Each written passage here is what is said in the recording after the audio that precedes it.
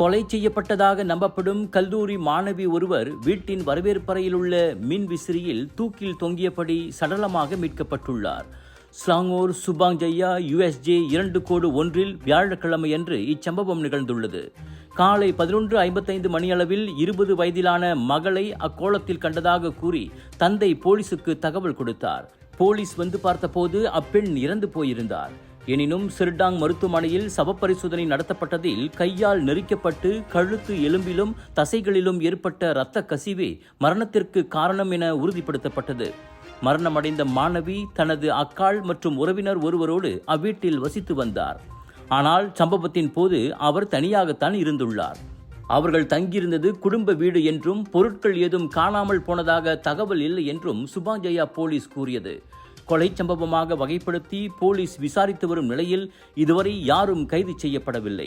விலையோ மலிவு, செலவோ குறைவு, தரமோ உயர்வு, மனமோ நிறைவு. மக்களின் தேர்வு என்ரிகோஸ் முழு ஆடை சத்துள்ள பால்மாவு.